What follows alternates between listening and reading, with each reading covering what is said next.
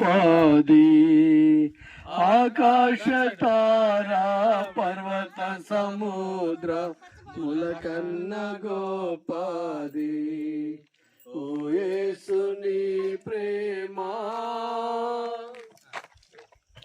ஒரு 5 நிமிஷம் இயேசுவை பற்றி சொல்றோம், கேளுங்க. இயேசு கிறிஸ்துவை ஏற்றுக்கொண்டா உங்க வாழ்க்கையில என்ன கிடைக்கும் தெரியுமா? பரலோக ராஜ்யம் கிடைக்கும். அந்த பரலோக ராஜ்யம் போனோம்னா இயேசு கிறிஸ்து உள்ளத்துல வந்தாதான் பாவத்தை விடுதலை பெற்றுக்கொண்டா அந்த பரலோக ராஜ்யம் போகலாம்.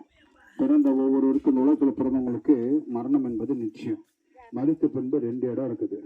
இயேசு கிறிஸ்துவை ஏற்றுக்கொண்டு பாவத்தில் அந்த விடுதலை பெற்றுக்கொண்டா பரலோக ராஜ்யம் போகலாம். வேதத்தில் ஒரு வார்த்தை சொல்லப்படுகிறது. மத்தேயு 5:8 இருதயத்தில் சுத்தமுள்ள பாக்கியவான்கள் அவர்கள் தேவனை தரிசிப்பார்கள்.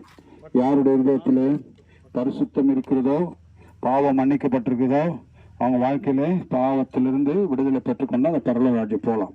இயேசு கிறிஸ்து உனக்காக எனக்காக கல்வாரி சிலுவையிலே தன்னை ஒப்பு கொடுத்து ரத்தம் சிந்தி இயேசு ரத்தத்தினால் பாவத்தின் விடுதலை பெற்றுக்கொள்ள முடியும்.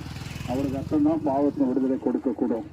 இயேசு கிறிஸ்து சிலுவையில் அறையப்பட்டு அடக்கம் பண்ணப்பட்டு 3ஆம் நாள்ல உயிர்த்தெழுந்தார். இன்றைக்கு கூட இயேசு கிறிஸ்து ஜீவனோடு இருக்கிறார். உங்களை தேடி அவர் எங்களை அனுப்பியிருக்கிறார். நீங்களும் கூட அந்த பரலோக ராஜ்யத்துக்கு போகணும்னு சொன்னா உங்களுடைய பாவங்கள் எல்லாம் இயேசுநாதர்கிட்ட அறிக்கை செய்யணும். என்ன பாவம் சொன்னா மார்க் 7:21 சொல்லுது, மனுஷனுக்குள்ள இருந்து புறப்படுது மனுஷனை தீட்டுப்படுது. எங்கிருந்து வருது? மனுஷன உள்ளத்திலிருந்து புறப்பட்டு மனுஷனை தீட்டுப்படுது. எப்படின்னு மனுஷன இருதயத்திலிருந்து பொல்லாத சிந்தனைகளும் பொல்லாத யோசனை தான். விபச்சாரம், வேசித்தனம் பண்றது, திருடுறது, பொய் சொல்றது, களவாடுறது, இதெல்லாம் மனுஷன் உள்ளத்திலிருந்து புறப்படுது. இயேசுக்கு சொல்லத்துல வந்தா இந்த காரியத்துல உனக்கு விடுதலை கிடைக்கும்.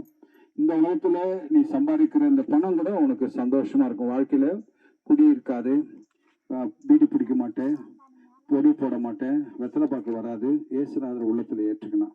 அவர் உள்ளத்துல வரும் பொழுது உன் வாழ்க்கையில கொஞ்சமா சம்பாதிச்சா கூட அதுல சமாதானம் இருக்கும். இயேசு கிறிஸ்து ஒரு மனுஷன் உள்ளத்துல வந்துட்டாருன்னா உனக்கு சமாதானம் மட்டுமல்ல, சந்தோஷம் மட்டும் இல்ல, உன் பிள்ளைங்க கூட உன் பேச்சு கேட்பாங்க. உன்னை பார்த்து இந்த ஊர் மக்கள் கூட இப்படி இருந்த மனுஷன் எப்படி மாறிட்டாருன்னு ஒரு சாட்சியா வாழ முடியும் உன்னால. ஏன்னா ஒரு வார்த்தை சொல்லலாம், இயேசு கிறிஸ்துவே என் உள்ளத்துல வாரம், என் பாவத்தின் விடுதலை தாரணும் ஒரு வார்த்தை சொல்லும் பொழுது இயேசு கிறிஸ்து பாவத்தின் விடுதலை கொடுப்பான். ஒரு நாள்ல நான் கூட பாவத்தில் தான் இருந்தேன். ஆனால் இயேசு கிறிஸ்துவை ஏற்றுக்கொண்ட பொழுது என் வாழ்க்கையில் இருந்த எல்லா பாவத்தையும் இயேசு கிறிஸ்து மன்னிச்சிட்டார்.